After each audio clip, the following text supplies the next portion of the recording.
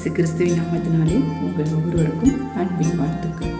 நமக்கு ஒரு நற்செய்தி, கர்த்தராகிய கிறிஸ்து என்னும் இரட்சகர் பிறந்திருக்கிறார் என்றதான ஒரு சந்தோஷம். சுவிசேஷ புத்தகத்தில் தேவதூதன் இந்த நற்செய்தியை முதலில் மந்தை காவல் காக்கும் மேய்ப்பர்கள் மத்தியில் அறிவிக்கப்பட்டது. யூத மார்க்கத்தில் மேய்ப்பர்களுக்கு முக்கியத்துவம் இல்லை. மற்ற யூதர்கள் இவர்களை மதிக்க மாட்டார்கள். மற்றவர்களால் தள்ளப்பட்ட இந்த மந்தை மேய்ப்பர்களை கர்த்தருடைய தூதன் தேடி வந்து நற்செய்தியை அறிவித்தார்கள்.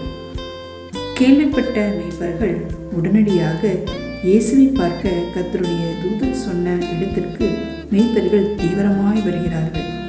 மேய்ப்பர்கள் பிள்ளையை கண்டவுடன் கர்த்தருடைய தூதன் இந்த குழந்தையை குறித்து தங்களுக்கு அறிவித்ததை விசுவாசித்து கர்த்தராகிய கிறிஸ்து என்னும் இரட்சகர் பிறந்திருக்கிறார் என்றதான சங்கதியை பிரசித்தம் பண்ணினார்கள்.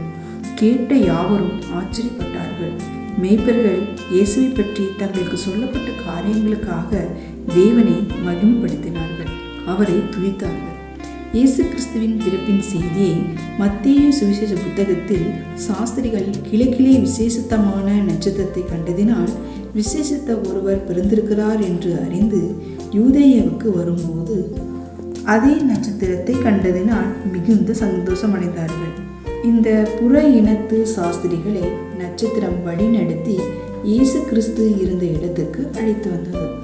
அவர்கள் இயேசுவை பார்த்து காணிக்கை செலுத்தி துதித்து பணிந்து கொண்டார்கள். அதுபோலவே அப்போஸ்தலனாகிய பவுலின் இருதயத்தில் கர்த்தராகிய கிறிஸ்துவை ஏற்றுக்கொண்டு இயேசு கிறிஸ்து அவர் உள்ளத்தில் பிறந்தவுடன் பரிசுத்த ஆவியானவர் பவுலை அபிஷேகம் பண்ணினார்.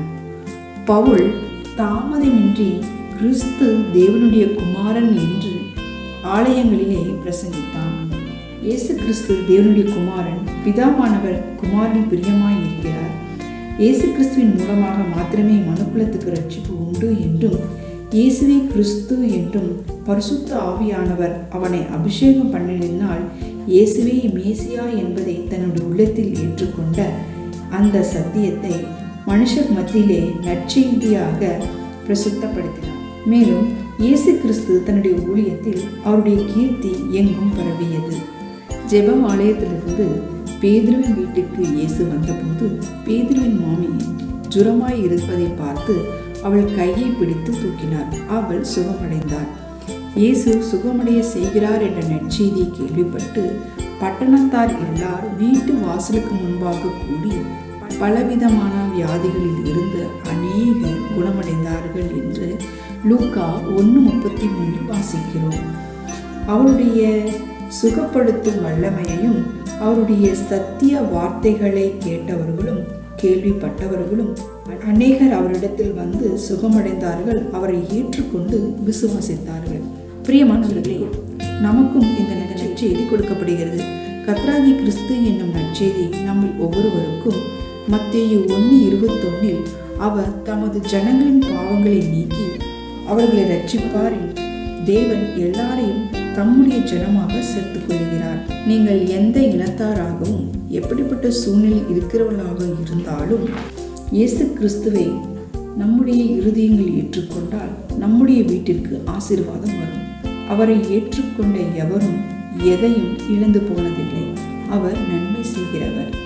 இயேசு கிறிஸ்துவை விசுவாசித்து ஏற்றுக்கொண்ட ஒவ்வொருவரும் நமக்காக கர்த்தராகிய கிறிஸ்து இருக்கிறார் என்று நாமும் அவர் நாமத்தை பிரஸ்தாபப்படுத்துவோம், மகிமைப்படுத்துவோம்.